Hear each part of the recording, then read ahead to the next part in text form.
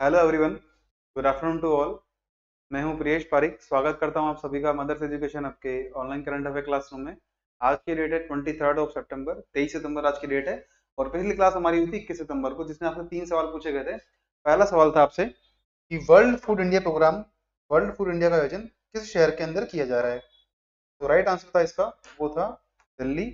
नई दिल्ली का भारत मंडपम आप सभी जानते हैं, भारत मंडपम है, यहाँ पर इसका आयोजन किया गया है। कब से कब हुआ है तो देखिए, 4 दिन का इवेंट था, 4 डेज इवेंट था ये, 19 से लेकर के 22 सितंबर तक।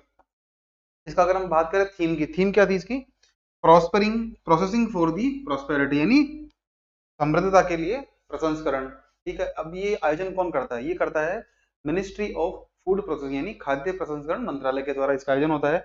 और पहला इवेंट हुआ था, ये सब लिखा हुआ है, ministry of food processing industries, खाद्य प्रसंस्करण उद्योग मंत्रालय के दिन इसका आयोजन होता है। पहला इवेंट हुआ था इन द ईयर 2017। पहली बार कब हुआ था? 2017 में। सेकंड कब हुआ है? 2023 में। इट मींस ये कौन सा एडिशन है? It is the third edition. और ये कहाँ पर हुआ है? ये नई दिल्ली के भारत मंडपम के अंदर हुआ है, जिसमें लगभग 90 से अधिक देशों के प्रतिनिधियों ने भाग लिया है। 18 से अधिक मंत्रालयों ने और 26 से अधिक राज्यों ने इसके अंदर पार्टिसिपेट किया है। ये सारी बात की गई। इसके अंदर क्या दिखा गया है? ग्रेट कॉन्फ्लुएंस, यानी अगर हम देखें किस प्रकार से फूड प्रोसेसिंग सेक्टर के अंदर, जिसमें कि खाद्य प्रसंस्करण क्षेत्र के अंदर किस प्रकार से तकनीक का, नवाचार का और हमारी सस्टेनेबिलिटी का मिक्स करके हम इस सेक्टर को आगे बढ़ा सकते हैं, इस बारे में डिस्कशन हुआ है।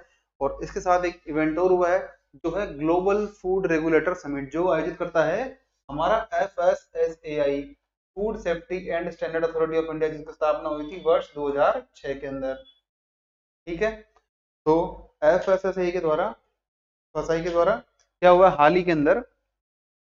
भारतीय खाद्य नियामक अथॉरिटी के द्वारा, प्राधिकरण के द्वारा क्या हुआ है कि हाल ही में इसी आयोजन के साथ साथ क्या किया गया है? सेकंड एडिशन किसका? वो है ग्लोबल फूड रेगुलेटर समिट, यानी विश्व में जिस प्रकार से भारत के अंदर FSSAI संस्था है, उसी प्रकार से हर देश के अंदर एक खाद्य नियामक की संस्था होती है, जो कि नियम बनाती है फूड सेक्टर के लिए। उन सभी देशों के मेंबर्स ने पार्टिसिपेट किया है।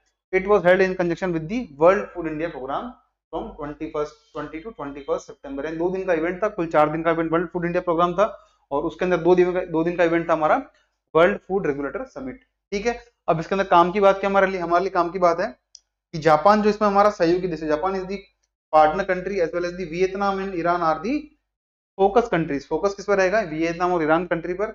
और जापान जो हमारा है, इसके अंदर क्या है? एक भागीदार देश है, पार्टनर कंट्री है। ये सारी बात हमने कर ली है। अच्छा, इस दौरान क्या हुआ है? एक कंपटीशन हुआ जिसका नाम है स्वाद सूत्र। क्या नाम है? स्वाद सूत्र।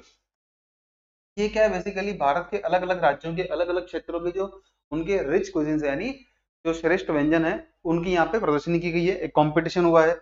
अभी मैंने सारी बात कर ली इन दोनों स्टेटमेंट के बारे में कि पहला एडिशन जो हुआ था 2017 में होता है, सेकंड एडिशन होता है 2023 में, लास्ट ईयर।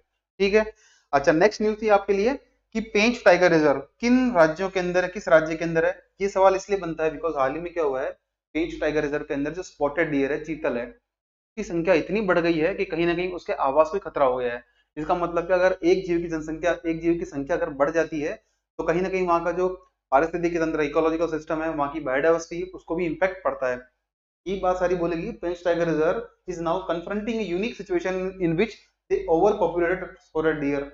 मतलब क्या है, जो स्पॉटेड डियर है, चीतल कहते हैं, इनकी संख्या बहुत ज्यादा बढ़ गई है। तो कहीं ना कहीं इन पर जो इनका ये जो है प्रे ज्यादा करेंगे, शिकार ज्यादा करेंगे, तो इनके नीचे जो जो हमारा फूड चार्ट है, फूड वेब है, उसका पिरामिड इस प्रकार बनता है। तो जो ऊपर की प्रजातियां हैं, वो अपने निम्न प्रजातियों के को शिकार करती हैं। तो कहीं ना कहीं जो इन पर जो इनके प्रे हैं, उनकी संख्या कम हो सकती है, ऐसा देखा गया है। अब इसका नाम है स्पॉटेड डियर। ऐसा क्यों बोलते हैं? देखिए, आप इस पिक्चर में देख सकते हैं। स्पॉटेड मतलब क्या है? एक ब्राउन कलर का जानवर है, हिरण है, जिसपे की व्हाइट कलर के स्पॉट्स इस प्रकार से देख सकते हैं, इसीलिए बोलते हैं स्पॉटेड डियर। और ये मेल और फीमेल यानी पुरुष और जो मतलब जो इनके जेंडर की बात करें, तो दोनों जेंडर के अंदर स्पॉटेड इस प्रकार स्पॉट मिलते हैं, इसलिए बोलते हैं इसको स्पॉटेड डियर। ठीक है। और इसे कहा जाता है चीतल। और मेनली क्या है, ये भारत के अंदर हिरणों का भारतीय उपमहाद्वीप के अंदर भारत के जंगलों में पाया जाने वाला एक कॉमन हिरण देखा गया है। ये इसका वैज्ञानिक नाम क्या है? Axis axis. क्या नाम है इसका? Axis axis. और ये मुख्यतः कहाँ पाया जाता है? It is native to the Indian subcontinent, यानी भारतीय उपमहाद्वीप के अंदर पाया जाता है। भारत के साथ साथ श्रीलंका, बांग्लादेश, भूटान और पाकिस्तान के कुछ हिस्सों के अंदर देखने को मिलता है। कौन? स्पॉटेड डियर या चीतल। इसकी विशेषताएं क्या? देखिए, रेडिश ब्राउन कलर का कोट होता है। कोट मींस उसका अपर पार्ट होता है रेड ब्राउन कलर का, लाल भूरे रंग का होता है, और उसका लोअर बेली है, मतलब पेट वाला हिस्सा व्हाइट कलर का होता है। व्हाइट कलर के स्पॉट्स होते हैं, इसीलिए बोलते हैं इसको स्पॉटेड डियर। ठीक है, इतनी सारी बात काम की आपके लिए। अच्छा, सेक्सुअल डायमॉर्फिक होते हैं, और जो मेल्स होते हैं वो सिग्निफिकेंटली लार्जर होते हैं, मतलब उनका आकार जो है मेल डियर का फीमेल से ज्यादा होता है। और ध्यान रखिएगा, only mail dear possess antlers. ठीक है, ये सारी काम की बात यही है। अच्छा, इसकी अगर हम बात करें तो इसकी कुल कितनी लंबाई है? ऑलमोस्ट 3 फीट तक हो जाती है। और इसका लाइफ स्पैन कितना, मतलब जीवन काल कितना इसका? इसका है 20 से 30 वर्ष के बीच में इसकी आयु होती है। और ध्यान रखिएगा, एक सामाजिक जानवर है, सोशल एनिमल है, क्योंकि ये पाए जाते हैं झुंड के अंदर, जिसमें कम से कम 10 और अधिकतम कितने होते हैं? 50 डियर हो सकते हैं। अच्छा, अब हम बात करते हैं पेंच टाइगर रिजर्व। किसकी? पेंच टाइगर रिजर्व। ये कहाँ मिलता है हमें देखने को? ये मेनली मिलता है मध्य प्रदेश की छिंदवाड़ा जिला, जो कि कहाँ कहाँ लाई करता है? It lies in the Satpura hills. Satpura पहाड़ियों के मध्य प्रदेश के छिंदवाड़ा जिले में सतपुड़ा पहाड़ियों और महाराष्ट्र के नागपुर जिले के अंदर इसका प्रसार है। और इसके अंदर दो दो दो भाग हैं। एक तो है इंदिरा प्रियदर्शिनी पेंच राष्ट्रीय उद्यान, इंदिरा प्रियदर्शिनी पेंच नेशनल पार्क, और दूसरा है पेंच मोगली सेंचुरी। ये दोनों को मिलाकर बनाया गया है पेंच टाइगर रिजर्व। ठीक है, और इससे पेंच का नाम क्यों पड़ा है? क्योंकि यहाँ से पेंच नदी निकलती है। ठीक है, जो कि इसमें जो टाइगर रिजर्व है, इसमें उत्तर से दक्षिण की ओर नदी फ्लो करती है। River Pench flows from north to south in the Pench tiger reserve. ठीक है, अब ये जो एरिया है पेंच टाइगर रिजर्व, ये किस किस के लिए प्रसिद्ध है? तो देखिए, चीतल के लिए, सांबर के लिए, नीलगाय के लिए, गौर यानी इंडियन बाइसन, और वाइल्ड वो जंगली सुअर के लिए, इनके लिए फेमस है।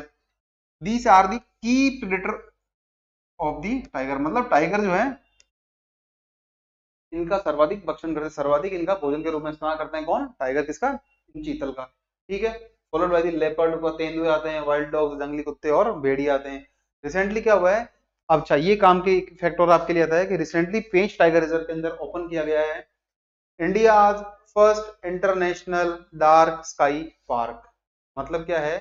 भारत का पहला डार्क स्काई अंतरराष्ट्रीय पार्क कहाँ बनाया गया है? तो पेंच के अंदर, महाराष्ट्र के अंदर। ऐसा क्यों? देखिए, होता क्या है, मेनली जो टाइगर रिजर्व है, अगर हमें नाइट स्काई देखना है, नाइट टू नाइट हमारा, अगर हमें नाइट एस्ट्रो टूरिज्म देखना है, तो उसके लिए क्या चाहिए? क्लियर स्काई, जिसमें लाइटिंग बहुत कम हो। तो जो हमारा पेंच टाइगर रिजर्व है, इसके आसपास के एरिया में डार्कनेस होती है, लाइटिंग इतनी नहीं की जाती, जिससे कि हम क्लियर स्काई देख सके जंगल के अंदर, और ऑब्जर्वेटरी मतलब जो ऑब्जर्वेशन है वो कर पाए। ये किसके लिए? ये नाइट टूरिज्म के लिए। डार्क स्काई पार्क का बना है, तो आप बताइए, आप ध्यान रखिएगा, पेंच टाइगर रिजर्व, जो कि है महाराष्ट्र के अंदर, महाराष्ट्र वाले हिस्से के अंदर इसमें बनाया गया है। नेक्स्ट हमने बात की थी, एक सेकंड क्वेश्चन पूछा गया था आपसे कि मोल्लेम नेशनल पार्क ये किस राज्य के अंदर अवस्थित है? आपको इतना हिंट दिया गया था कि भारत के पश्चिमी तट पर, वेस्ट कोस्ट पर अवस्थित है। और ध्यान रखिएगा, ये हमारा है गोवा के अंदर। कहां पर है? गोवा राज्य के अंदर है, हिंदी सैंगवेम तालुक, और लगभग ये कर्नाटक की बॉर्डर के पास अवस्थित है। ठीक है, और यहाँ पर क्या है, देखिए, जो कदम्ब वंश था, कदम्ब डायनेस्टी थी, उसके द्वारा बनाए गए कई सारे मंदिर मिलते हैं इस कहां पर? मोल्लम नेशनल पार्क के अंदर। ठीक है, और इसको डिक्लेयर किया गया था as the wild life sanctuary in the 1969। ये उन विद्यार्थियों के लिए काम कर जो कि गोवा से या महाराष्ट्र से बिलोंग करते हैं। नेक्स्ट है, it was renamed as the Bhagwan Mahavir century. तो ये हम पढ़ रहे हैं मोल्लम नेशनल पार्क, इसका पहले नाम क्या था? वाइल्ड लाइफ सेंचुरी थी, और इसका नाम बदलकर बाद में कर दिया गया था भगवान महावीर वाइल्ड लाइफ सेंचुरी। ठीक है, और इसको बना दिया गया था 1978 के अंदर मोल्लम नेशनल पार्क। ठीक है, Since then, the national park is called Bhagwan Mahavir sanctuary and Mollem national park, दोनों नाम से पुकारा जाता है इसको। ध्यान रखने की बात क्या आपके लिए, गोवा के अंदर ही क्या है? Doctor Salim Ali bird sanctuary.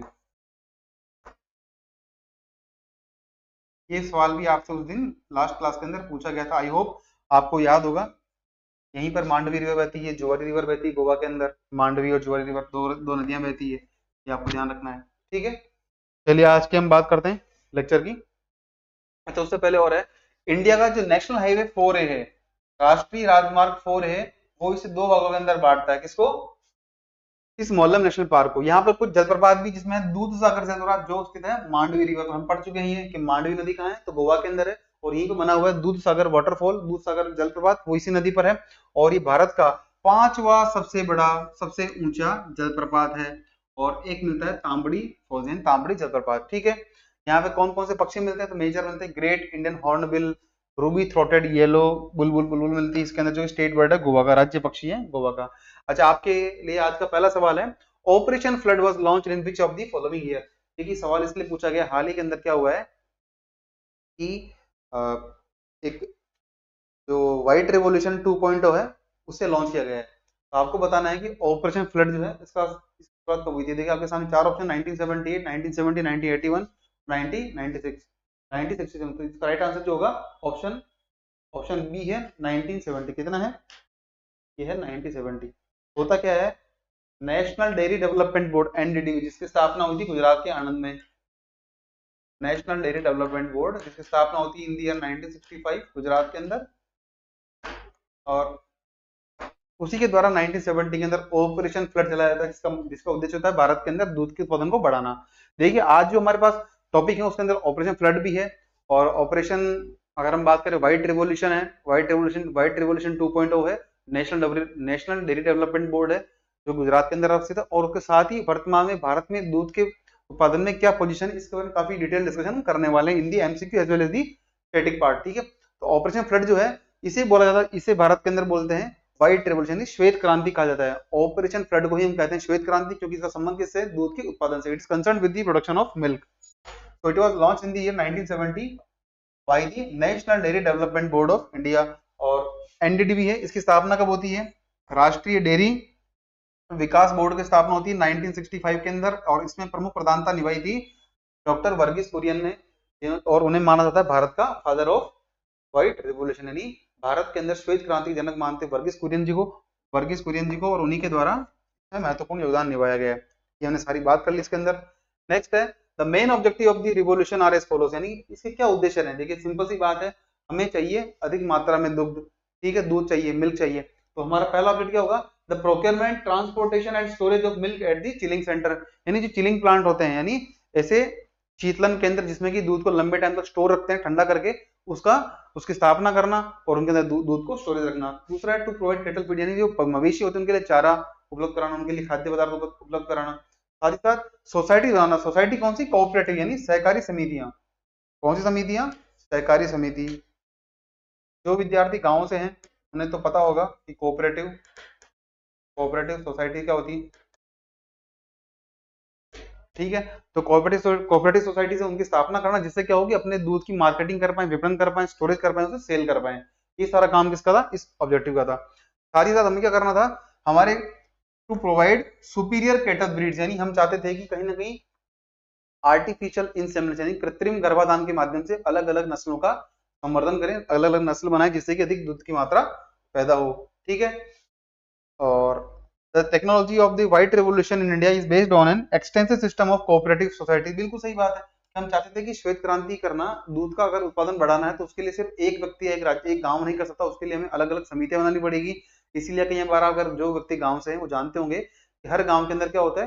दुग्ध सहकारी समिति होती है, जो कि जिला स्तर की समिति के अंडर काम करती है। नेक्स्ट है इसका इंपॉर्टेंस क्या था? देखिए इंपॉर्टेंस की बात करें तो जब भारत आजाद हुआ था लगभग हम कर रहे थे 17 मिलियन टन, कितना?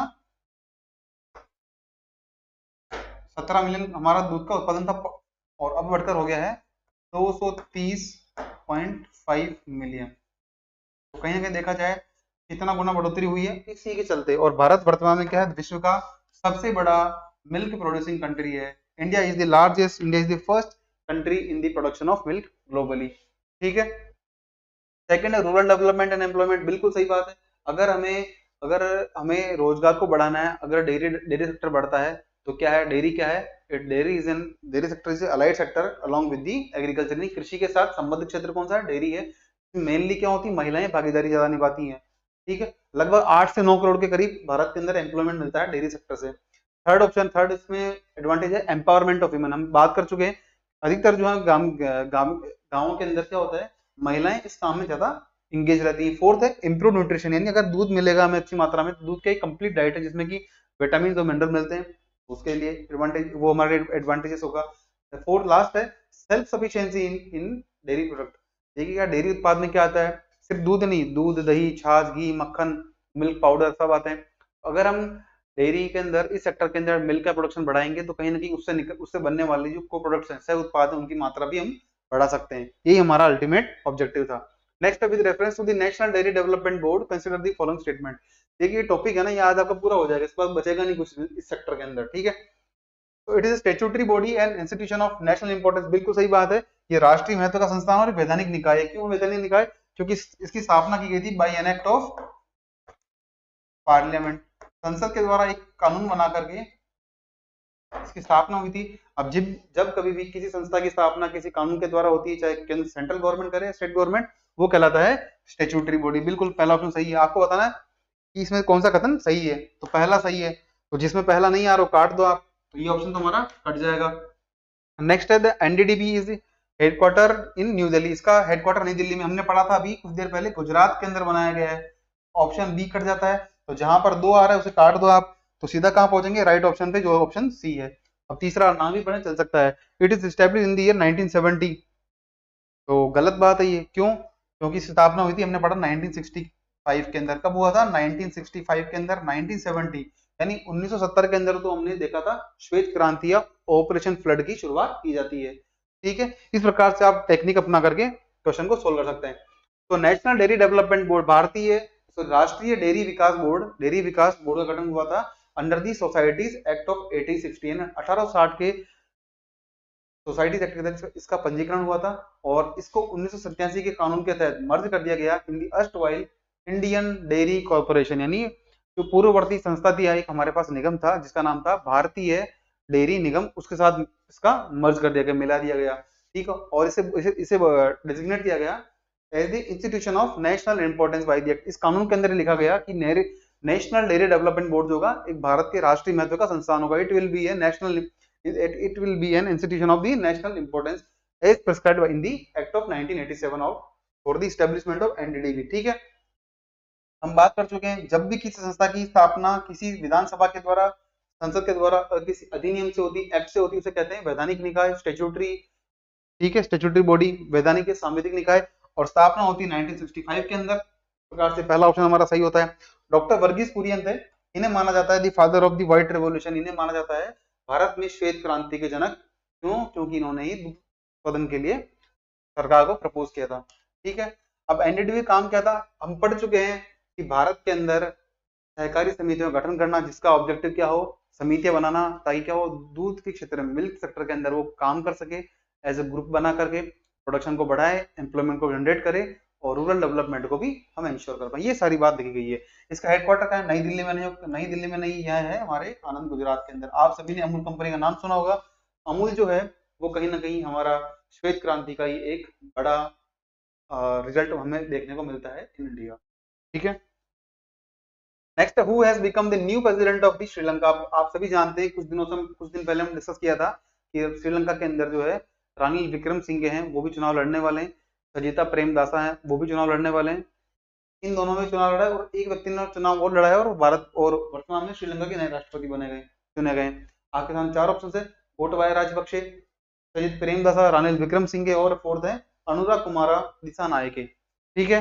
तो देखिए, जो गोटबाया राजपक्षे हैं ये तो ऑल टुगेदर हटा दीजिए आप इनको। सजित प्रेमदासा है और रानिल विक्रम सिंघे, ये थे दोनों ओपोनेंट, क्या थे? दोनों विपक्षी थे। और जीते इस बार कौन है? ए दिसानायके, अनुराग कुमार दिसानायके जीते हैं चुनाव, और ये बनने वाले हैं श्रीलंका के 9th प्रेसिडेंट। और आज इनका शपथ ग्रहण समारोह भी है हिंदी प्रेसिडेंशियल सेक्रेटरी, यानी राष्ट्रपति सचिवालय के अंदर वो ले भी चुके हैं शपथ, भारत के, श्रीलंका के, माफ कीजिएगा, श्रीलंका के नवे राष्ट्रपति के तौर पर शपथ ले ली इन्होंने। तो राइट आंसर क्या होगा? ऑप्शन डी, अनुराग दिसानायके। और इलेक्शन के बाद क्या हुआ है कि जो राजपक्षे फैमिली श्रीलंका की, इन्होंने काफी समय तक राज किया है वहां पर श्रीलंका में as president of prime minister. उन्होंने अब देश छोड़ दिया है। कई लोग जो विपक्षी पार्टियों के नेता हैं वो श्रीलंका छोड़कर जा चुके हैं। होता है क्या, आप सभी जानते हैं 2022 के अंदर यहाँ होता है इकोनॉमिक क्राइसिस। क्या होता है? इकोनॉमिक क्राइसिस, आर्थिक ठीक है। और इनका जो फॉरेक्स रिजर्व था क्या था, विदेशी मुद्रा भंडार, फॉरेक्स रिजर्व, ये कहीं ना कहीं शून्य पर आ गया था। भारत ने काफी बड़ी सहायता की थी श्रीलंका को 2022 के अंदर। ठीक है, ऑप्शन डी आपके लिए सही आंसर है। और ये बिलोंग करता है नेशनल पीपल्स पावर, एक पार्टी का नाम है, जनता विमुक्ति पेरामुना जीवीपी पार्टी। इसी का नाम बदलकर बाद में कर दिया गया नेशनल पीपल्स पावर पार्टी। और इसके नेता कौन है, ए के दिसानायके, और वो जीते हैं इस बार का इलेक्शन और उन्हें मिला टोटल 42% वोट।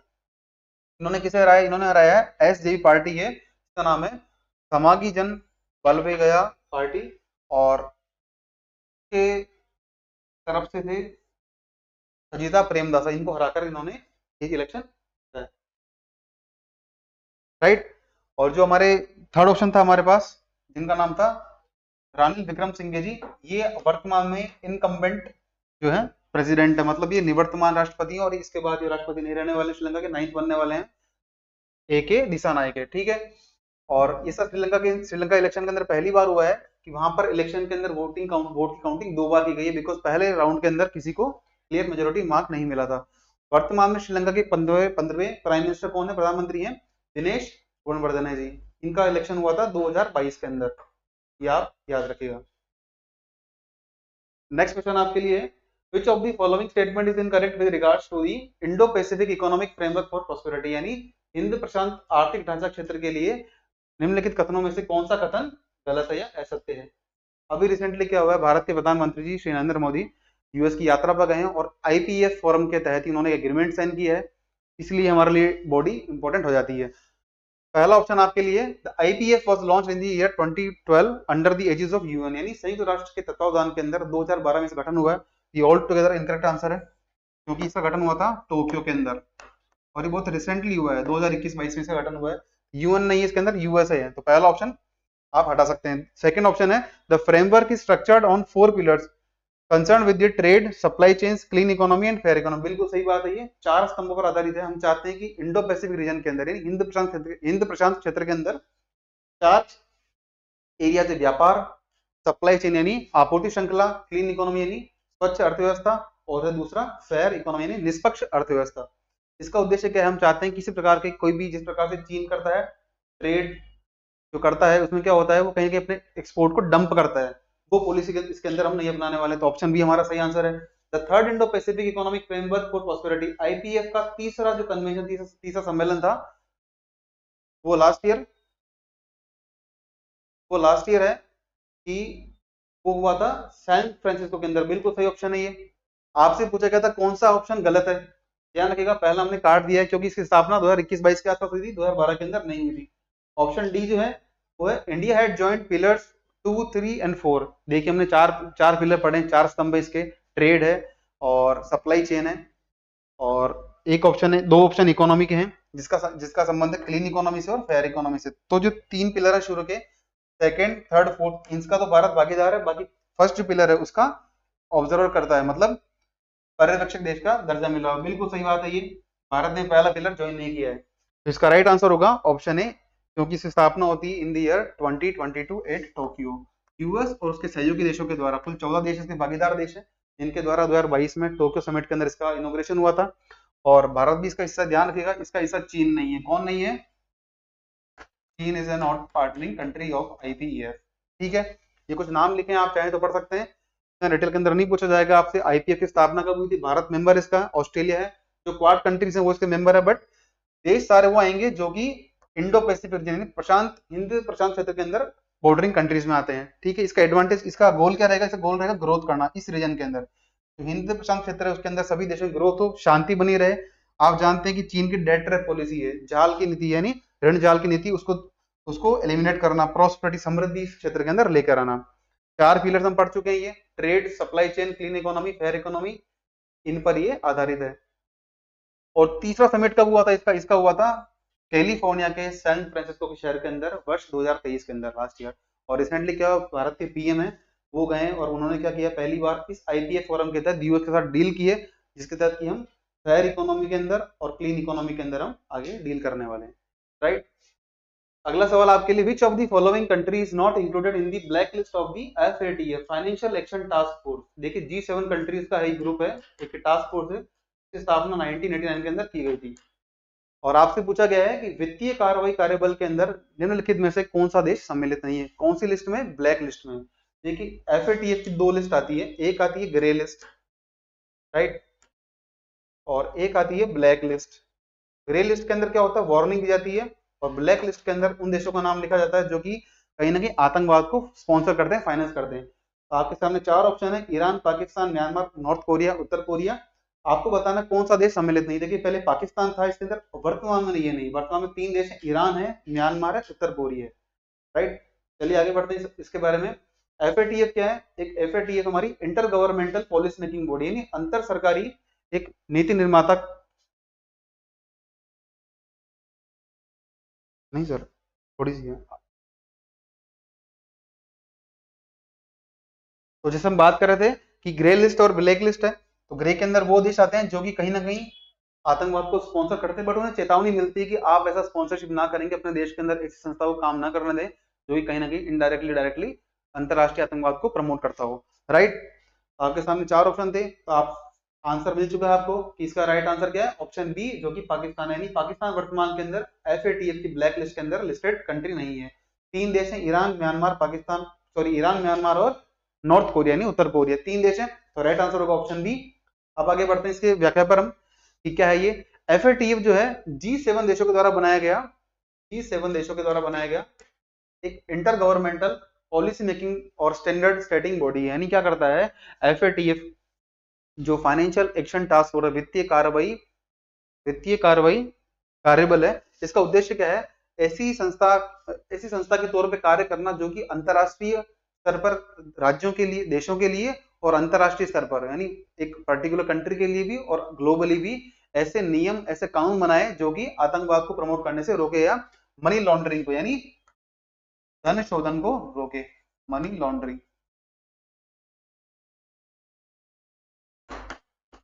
राइट। ये सारी बात बोली गई है इसके अंदर।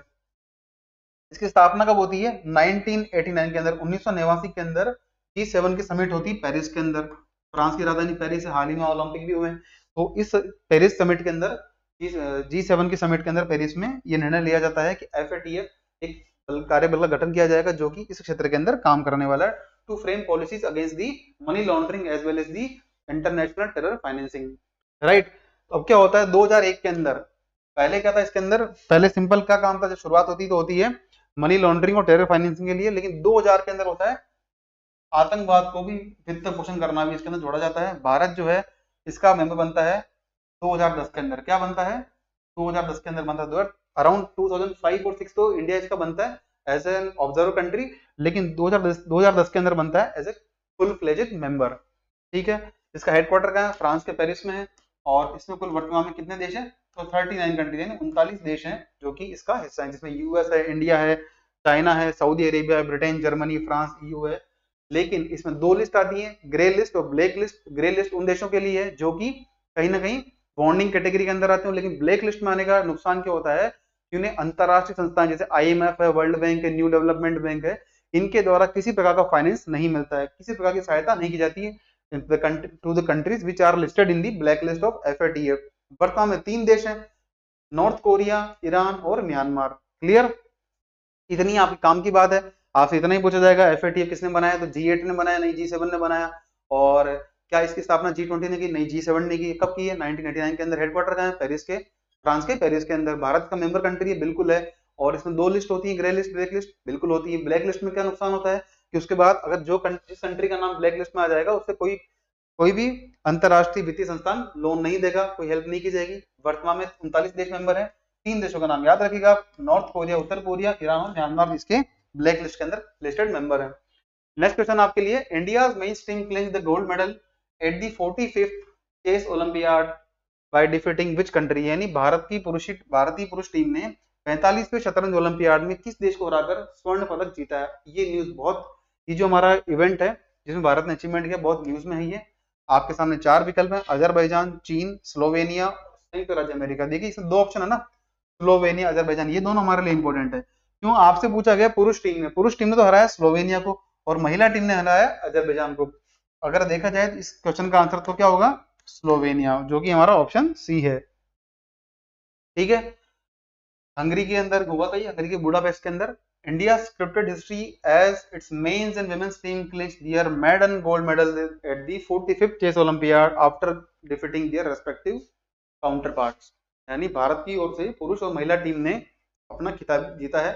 अगर हम बात करें पुरुषों की टीम का, तो भारतीय पुरुष टीम ने किसको हराया? स्लोवेनिया की टीम को। किसको हराया? स्लोवेनिया को हराकर मेडल जीता है।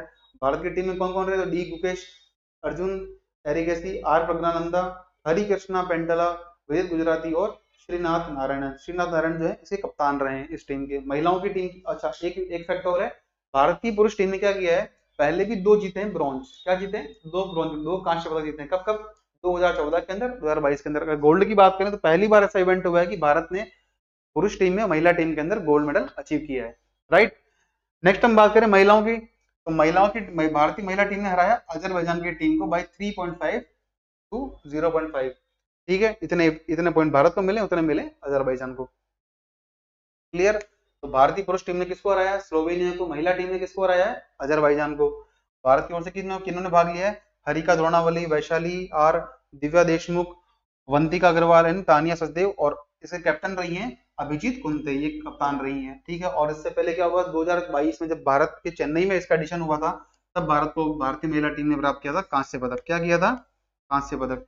अगर हम खिलाड़ियों की बात करें तो सर्वाधिक पॉइंट मिले हैं अर्जुन को, अर्जुन एरिगेसी को लगभग 9 पॉइंट मिले हैं इनको, मतलब 10 में से 9 गेम इन्होंने जीते हैं। राइट। आपसे कोई पॉइंट पूछे ना पूछे, बट आप ध्यान रखिएगा किस देश को हमने हराया है, वो आपके लिए काम का पॉइंट रह जाता है इस न्यूज से। अच्छा, आपके लिए कुछ न्यूज है आज की महत्वपूर्ण। इसमें पहला है 19th एडिशन ऑफ दिव्य कला मेला। देखिए होता क्या है दिव्य कला मतलब मेला, मतलब क्या है कि जो भी दिव्यांग व्यक्ति हैं भारत में, उनकी कलाओं को रिवॉर्ड करना, उनके लिए कुछ ना कुछ प्रोत्साहन देना, ये हमारा है दिव्य कला मेला। अब इसका 19वां संस्करण हुआ है कहां पर? विशाखापट्टनम के अंदर। और इसकी शुरुआत की है आंध्र प्रदेश के गवर्नर थे श्री एस अब्दुल नजीर जी के द्वारा। कौन है ये? श्री एस अब्दुल नजीर हैं, इनके द्वारा इसका इनॉग्रेशन किया गया है। किसका? 19वें दिव्य कला मेले का। ठीक है। अब इनॉग्रेशन सेरेमनी के अंदर क्या होता है कि एक हमारी स्कीम है जिसका नाम है नेशनल दिव्यांगजन finance and development corporation, NDFDC scheme. इसका मतलब क्या है? एक निगम के माध्यम से भारत के जो दिव्यांग व्यक्ति हैं, जो कोई ना कोई हुनर रखते हैं, उनको प्रोत्साहन दिया जाए। इसके तहत क्या हुआ था? 10 दिव्यांग व्यक्तियों को हमने क्या किया है? कंसेशनल लोन दिया है, यानी किसी न किसी छूट पर, यानी कम ब्याज पर हमने ऋण प्रदान किया है। और ध्यान रखिएगा वर्तमान में भारत के जो सामाजिक न्याय एवं अधिकारिता मंत्री हैं, the union minister of social justice and empowerment, वो कौन है? वो हैं डॉक्टर वीरेंद्र कुमार जी। ठीक है। ये आपके लिए न्यूज काम की है। नेक्स्ट नदी उत्सव। नदी उत्सव समझ सकते हैं, नदी उत्सव मतलब क्या है? जो भारत की नदियां हैं उनके बारे में पढ़ने वाले इसके अंदर। तो क्या है ये? है हमारा it showcases the significance of India's river. Bharat की जो नदियां हैं प्रमुख, उनके महत्व को दर्शाता है। नदी उत्सव का उद्घाटन हुआ था Indira Gandhi national centre for the arts, IGNCA, जो स्थित है नई दिल्ली के अंदर। यहीं पर इसका इनॉग्रेशन हुआ है। किसका? नदी उत्सव 2024 का। इसका एडिशन का ये 5वां संस्करण है। 2018 के आसपास इसकी शुरुआत हुई थी और थीम है इस साल का reverse in reverse making a life line. मतलब क्या? देखिए रिवर्स इन रिवर्स मतलब देखा जाए तो कहीं ना कहीं ये शोकेस करता है कि भारत में नदियों की जो दशा है, कहीं ना कहीं पॉल्यूशन के चलते को हमें फिर से सही करना है। तो रिवर्स इन रिवर्स की बात की गई, making of A life line. इसका बेसिक उद्देश्य क्या है? इसका बेसिक उद्देश्य है कि जो नदियां और उनके आसपास जो स्थापित संस्कृति है, आप सभी जानते हैं नदियों किनारे कई लोग रहते हैं, हजारों लाखों लोग रहते हैं, और उनकी एक विशेष संस्कृति होती है, तो उसको सुरक्षित करना ही इसका लक्ष्य है। अब इसका उत्सव, इस जो नदी उत्सव मना रहे हैं, इसका मेन उद्देश्य क्या है हमारे लिए? इसका मेन उद्देश्य है to inspire feelings, enthusiasm, reverence, values and faith towards rivers. यानी हम चाहते हैं कि नदियों को प्रदूषित कम से कम करें। दैट का मतलब क्या है? इसका मतलब है to preserve our rivers so that we can combat the climate change while giving our complete devotion to the river system। ठीक है, इतनी सारी बात बोली गई है। अब जो हमारे पास केंद्र जिसके अंदर आयोजन हुआ वो है Indira Gandhi national centre for the arts. Indira Gandhi राष्ट्रीय कला केंद्र है, इसकी स्थापना होती है 1987 के अंदर, और ये काम करता है संस्कृति मंत्रालय के अधीन, यानी मिनिस्ट्री ऑफ कल्चर के अधीन। और ये हमारा एक स्वायत्त संस्थान है, ऑटोनोमस इंस्टीट्यूशन है। ठीक है। इतनी बात आपके लिए काम की यहाँ से। नेक्स्ट न्यूज आती है कोऑपरेशन इन दी सस्टेनेबल वाटर मैनेजमेंट। देखिए ने भारत एक तरफ भारत है, एक तरफ हमारा यूरोपियन यूनियन यूरोपीय संघ, जिसमें कुल कितने देश हैं? 27 देश हैं। इनके द्वारा क्या हुआ है, भारत ने ईयू के साथ एग्रीमेंट किया है। कहां पर? 6th EU India water forum, जो स्थित कहां हुआ था? ये हाल ही में हुआ था 8th इंडिया वाटर वीक के दौरान। आप सभी जानते हैं 8वां भारत जल सप्ताह है, इसका आयोजन नई दिल्ली के अंदर भारत मंडपम के अंदर हुआ था। और यहीं पर जो है 6ठा भारत यूरोपीय संघ एक हमने वाटर फोरम भी आयोजित किया, और इसके अंदर भारत ने और ईयू ने ये कमिट किया है किस प्रकार से हम जो है अलग अलग जल स्रोत हैं उनका संरक्षण कर पाए। तो देखिए ये फोरम जो ये त्रिपक्षीय फोरम है, त्रिपक्षीय कोलैबोरेशन हुआ है। एक तो हुआ ईस्ट अफ्रीका यानी पूर्वी अफ्रीका, भारत और ईयू के बीच में यानी यूरोपीय संघ के बीच में, जिसका उद्देश्य क्या है? To address challenges in the East Africa water body, यानी पूर्वी अफ्रीका के अंदर जो हमारे जल निकाय हैं कौन कौन से? विक्टोरिया झील और तांगानिका झील, ठीक है, इनको कहीं ना कहीं रीस्टोर करना। साथ ही साथ इंडिया ईयू पार्टनरशिप जो है ना, इसकी स्थापना होती है 2016 के अंदर। का उद्देश्य क्या है? To enhance technological scientific and policy framework in water management, यानी जल प्रबंधन के अंदर किस प्रकार से अलग अलग तकनीक का प्रौद्योगिकी का इस्तेमाल करते हुए हम जल संरक्षण को बढ़ावा दे सकते हैं। ये सारा इसका ऑब्जेक्टिव है। 2016 में शुरुआत होती है और हम चाहते हैं कि ईस्ट अफ्रीका में तांगानिका झील और विक्टोरिया झील का किस प्रकार से पुनरुद्धार कर पाए। भारत की हम बात करें तो भारत के अंदर जो इस फोरम के तहत, इस पार्टनरशिप के तहत इंडिया और ईयू मिलकर भारत की कुछ नदियां हैं जिसमें तापी नदी है और रामगंगा नदी है, इनके बेसिन का प्रबंधन किया जा रहा है। साथ ही साथ सेकंड थर्ड फेज के अंदर हो रहा है ब्रह्मपुत्र नदी है, इसके प्रबंधन का भी कार्य देखा जा रहा है। तापी नदी, रामगंगा नदी और ब्रह्मपुत्र 3 नदी है। 2 झीलें कौन सी है? तो ये है पूर्वी अफ्रीका की तांगानिका झील और विक्टोरिया झील, ठीक है। अच्छा अब बात करते हैं व्हाइट रेवोल्यूशन 2.0 की। हमने पढ़ा था कुछ देर पहले क्वेश्चन के अंदर की ऑपरेशन फ्लड या व्हाइट रेवोल्यूशन जो है, श्वेत क्रांति या ऑपरेशन फ्लड जो है, कब शुरू हुआ था? 1970 के अंदर under the aegis of National Dairy Development Board. और हाल ही में क्या हुआ है, देखिए एक मंत्रालय है मिनिस्ट्री ऑफ कोऑपरेशन यानी सहकारिता मंत्रालय। सहकारिता मंत्रालय का कब बना था? ये बना था 2021 के अंदर, और 2021 से ही हमारे गृह मंत्री अमित शाह जो है वो इसके मिनिस्टर भी मंत्री भी हैं। तो वर्तमान में union home and as well as the cooperation minister कौन है? मिस्टर अमित शाह। इन्होंने हाल में लॉन्च किया है व्हाइट रिवॉल्यूशन 2.0। व्हाइट रिवॉल्यूशन कब हुआ था? 1970 के अंदर, इसका सेकंड वर्जन है, इसीलिए इसका नाम दिया गया 2.0। अब इसमें कुछ लक्ष्य रखे गए।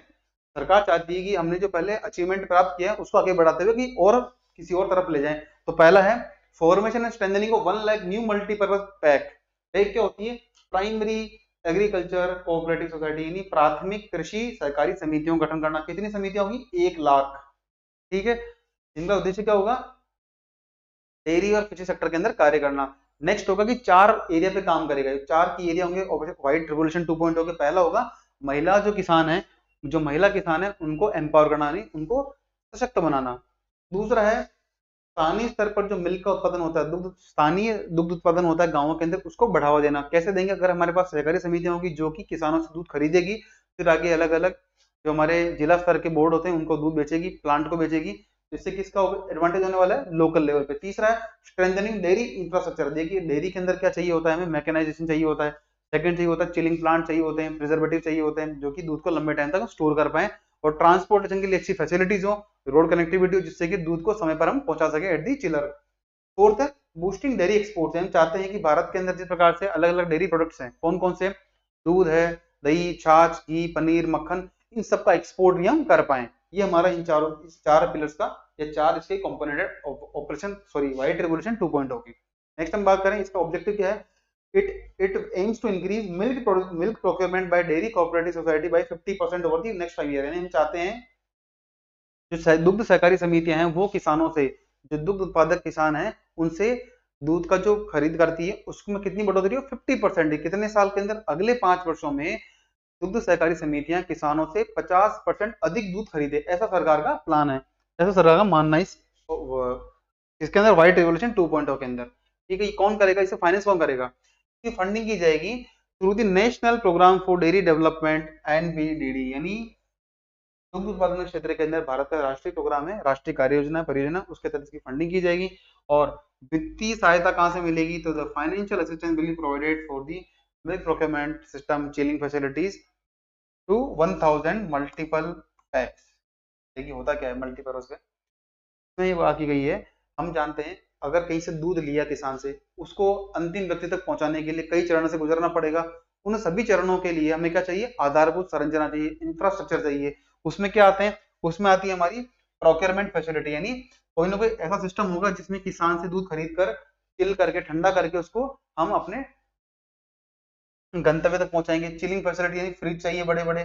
कैपेसिटी बिल्डिंग यानी हम चाहते हैं आज तो चलो उत्पादन मान लीजिए 1 लाख लीटर का, कल को बढ़कर 5 लाख हो जाएगा, तो क्या हमारी इतनी कैपेसिटी है, क्या इतनी स्केलिंग है हमारी कि इसको मेंटेन कर पाए, वो है। इसके लिए क्या होगा, 40,000 रुपए 1 लाख मानी 1,000 बहुउद्देशीय प्राथमिक कृषि ऋण कोऑपरेटिव यानी सहायता सहकारी समितियों को एमपेक्स क्या होगा, 1,000 एमपेक को 40,000 रुपए की वित्तीय सहायता दी जाएगी, जिससे क्या होगा अपना आधारभूत संरचना का विकास कर पाए और कुछ सहयोग वो आम जनता से भी लें। नेक्स्ट आपके लिए कुछ फैक्ट निकल कर आते हैं। नेशनल डेयरी डेवलपमेंट बोर्ड से एक आर्टिकल आया था इंडियन एक्सप्रेस में, उसमें काफी अच्छी जानकारी दी गई है जो कि कहीं ना कहीं आपको एग्जाम के अंदर हेल्प कर सकती है।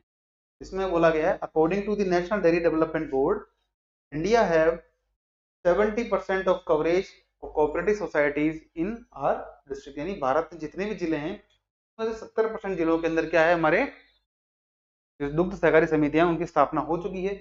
और लगभग कितनी है ये, 1.7 lakh 1,70,000 dairy cooperative society Bharat के अंदर वर्क कर रही है। और कितने गांवों को कवर करती है, it covers around 2 lakh village, यानी भारत में कितने हैं, लगभग 7 लाख के करीब गांव है, उसमें से 2 लाख गांवों को कवर करती है, मतलब ऑलमोस्ट 30%। समझ गए आप, 30% गांव ऐसे हैं भारत में जहां पर क्या है, दुग्ध सहकारी समितियां, उनकी संख्या कितनी है, लगभग 2 लाख के आसपास। अच्छा, दूसरा है कि भारत का जो कुल उत्पादन है उसका 10% तो कौन कौन खरीदता है, it is consumed, it is procured by the dairy cooperative societies almost 10%, यानी भारत में मान लीजिए 100 लीटर दूध का उत्पादन हो रहा है, तो उसमें से 10 लीटर कौन खरीद रहा है, ये सहकारी समितियां खरीद रही है। और जो 16% है, 16% 16% ऑफ दी मार्केटेबल सरप्लस, यानी बाजार में बेचने योग्य जो दुग्ध है हमारा, उसका 16% भी ये समितियां खरीद रही है। ठीक है, नेक्स्ट हम बात करें कि ऐसे कौन से राज्य हैं जहां पर राज्य भारत का 70% दुग्ध उत्पादन होता था। ये कुछ नाम, सॉरी उत्पादन नहीं, ये हम बालेंगे डेयरी कोऑपरेटिव की बात करेंगे। दुग्ध सहकारी समितियां है ना, इनकी स्थापना की बात करें, कुछ राज्य ऐसे हैं जहां पर भारत के 70% से अधिक गांव जो है इसके तहत कवर किए गए हैं। पहला है गुजरात, केरल, सिक्किम और एक है पुडुचेरी। 4 राज्य और 3 तो राज्य हैं और एक यूटी है पुडुचेरी। यहाँ पर क्या है, इनके लगभग 70% से अधिक जो गांव हैं वो डेयरी कोऑपरेटिव के अंदर कार्यरत हैं, मतलब इन गांवों के अंदर डेयरी दुग्ध सहकारी समितियां काम कर रही हैं। एक कुछ डेटा निकल कर आता है 2018-19 से लेकर के 2022-23 का। इसमें बताया गया है कि 2018-19 में भारत का कुल मिल्क प्रोडक्शन था 187.75 मिलियन टन, 187 मिलियन टन के आस 188 मिलियन टन के आसपास था, जो बढ़कर कितना हुआ है 2022-23 में 230 मिलियन टन, कितना हो गया है 230.58 मिलियन टन। अगर हम ग्रोथ की बात करें, उत्पादन तो बढ़ा है पर एक जो होती है ना प्रतिवर्ष वृद्धि दर होती है, एनुअल ग्रोथ रेट, वो कहीं ना कहीं डिक्लाइन की गई है, वो हो गई है हमारी जो चल रही थी 6.47, वो गिर के होती है 3.83% ड्यूरिंग दिस पीरियड। यानी मान लीजिए 2018-19 से पहले जो पिछला 4-5 साल थे उसके अंदर ग्रोथ हमारी कितनी थी 6.74%, लेकिन इस दौरान क्या हुआ, मिल्क प्रोडक्शन बढ़ा तो है बट उसकी बढ़ने की दर है उसमें कमी देखी गई है, वो कितनी है 3.83%। कहीं ना कहीं आप जान सकते हैं लंपी डिजीज भी काफी इस टाइम न्यूज में रही थी। नेक्स्ट है national per capita availability of milk, यानी भारत में प्रति व्यक्ति के लिए, हर एक व्यक्ति के लिए प्रतिदिन कितने दूध की मात्रा उपलब्ध है, तो वो है 459 ग्राम, 459 gram of milk per day available है। तो कहीं ना कहीं वैश्विक एवरेज है, ग्लोबल जो वैश्विक औसत है, ग्लोबल एवरेज है उससे ज्यादा है। वो कितना है, वो ऑलमोस्ट 323 ग्राम पर डे, उससे भारत के अंदर कितना ज्यादा है, लगभग 459 ग्राम पर डे हमारे पास हर प्रति व्यक्ति के लिए दूध की मात्रा उपलब्ध है। एक सर्वे निकल कर आया था 2023 में जिसमें है basic animal husbandry statistics BAHS।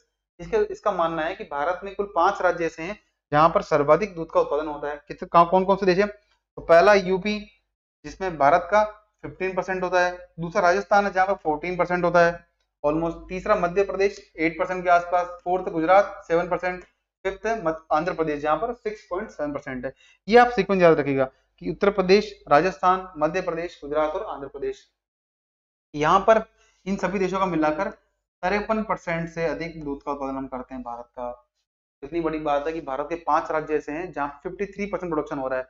Uttar Pradesh, Rajasthan, Madhya Pradesh, Gujarat और आंध्र प्रदेश, ये कुल कितना कर रहे हैं? 53%। अच्छा, अगर हम बात की करें कि जो दूध हमें मिल रहा है वो किन जानवरों से मिल रहा है, तो लगभग हमें 32% मिल रहा है, 31.94 मिल रहा है भैंसों से, ठीक है। और उसके बाद आता है लगभग 30% के आसपास 29.81% ये मिलता है क्रॉस ब्रीड कैटल से, यानी जो संकर किस्म की नस्लें हमारी, जो आर्टिफिशियल इंसेमिनेशन के द्वारा अलग अलग हम सेमन का यूज करते हुए जो वंश वृद्धि कर रहे हैं, उसके द्वारा वंश उत्पादन होता है। नेक्स्ट हम बात करें कि कुल कितने लोगों को इससे रोजगार मिल रहा है डेयरी सेक्टर से, तो लगभग मिल रहा है 8.5 करोड़ से अधिक परिवार, 8.5 करोड़ से अधिक व्यक्तियों को इसके तहत रोजगार मिल रहा है in the dairy sector, directly और इनडायरेक्टली। अच्छा, एक नया फैक्टर आपके लिए, almost 63% of the total milk production comes to the market, यानी भारत में जितना भी दूध का उत्पादन होता है उसका 63% बाजार तक पहुंचता है। बचा हुआ क्या काम आता है? बचा हुआ घर के अंदर डोमेस्टिक के लिए काम आता है। ऐसा तो है नहीं किसान जो दूध का प्रोडक्शन कर रहा है वो सारा दूध मार्केट के अंदर बेच देगा, वो कुछ ना कुछ अपने लिए भी रिजर्व रखेगा। वही बात बोली गई है कि 63% जो मिल्क है वो मार्केट में आ जाता है, बचा हुआ डोमेस्टिक कंजम्पशन के लिए होता है। नेक्स्ट है, about 2/3 of the marketable milk is in the unorganised sector. आप सभी जानते हैं कृषि और डेयरी, यानी कृषि और उससे संबंधित क्षेत्र जो है हमारे, ये हमारे मेनली है असंगठित क्षेत्र या अनऑर्गेनाइज्ड सेक्टर। ये सारी बात बोली गई है कि 63% जो दूध आ रहा है मार्केट के अंदर उसका भी 2/3, उसका भी कितना हुआ 2/3 मतलब ऑलमोस्ट 45% जो इसका दूध आ रहा है भारत का 45% मिल्क जो है वो आता है हमारे अनऑर्गेनाइज सेक्टर यानी असंगठित क्षेत्रों से। मतलब क्या है कि ऐसे व्यक्ति जो किसी सहकारी समिति से संबंध नहीं रखते हैं वो इंडिविजुअली सेल आउट कर रहे होते हैं। आप जानते हैं शहरों के अंदर क्या होता है, एक व्यक्ति आता है गाड़ी पर कई सारा कंटेनर दूध के लेकर आता है, बेचता है, वो सब फैक्टर इसके अंदर आएंगे, ठीक है। आपके लिए कुछ क्वेश्चन है, आज 3 क्वेश्चन है, आपको बताना, इनका आंसर ट्राई करेगा अपने एंड पर। तो पहला क्वेश्चन आपके लिए है कॉमनवेल्थ गेम्स 2026 यानी राष्ट्रमंडल खेल 2026 के किस देश में हो, किस शहर में होने वाले हैं। देखिए पहले ये होने थे ऑस्ट्रेलिया के अंदर, कहाँ होने थे? पहले होने थे ये ऑस्ट्रेलिया के अंदर, सॉरी ऑस्ट्रेलिया में नहीं, ये होने थे कि यूरोप के अंदर होने थे, लेकिन उसने विड्रॉ कर लिया। आप बताइएगा 2026 के अंदर कॉमनवेल्थ गेम किस शहर के अंदर होने वाले हैं। नेक्स्ट आपके लिए इंटरनेशनल वॉश कॉन्फ्रेंस, यानी वॉश का मतलब क्या है? वाटर, सैनिटेशन एंड हाइजीन, ठीक है। ये कॉन्फ्रेंस कहां पर आयोजित हुई है? तीसरा है प्रधानमंत्री अन्नदाता आय संरक्षण अभियान या पीएम आशा योजना। पीएम आशा योजना न्यूज में इसलिए है क्योंकि इसके अंदर क्या है, प्राइस डेफिशिएंसी स्कीम भी है।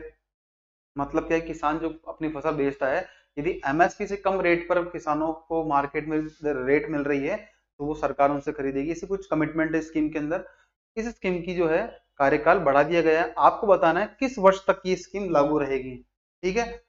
आपको बताना है कि किस वर्ष तक ये स्कीम लागू रहने वाली है। ये आपके लिए 3 सवाल है और अगली क्लास के अंदर मिलेंगे इन सवालों के उत्तर के साथ भी और कुछ नए टॉपिक के साथ। तब तक आप हमारी क्लास देखते रहिए, अपने एंड पर प्रयास करिए इन क्वेश्चन का आंसर ढूंढने का।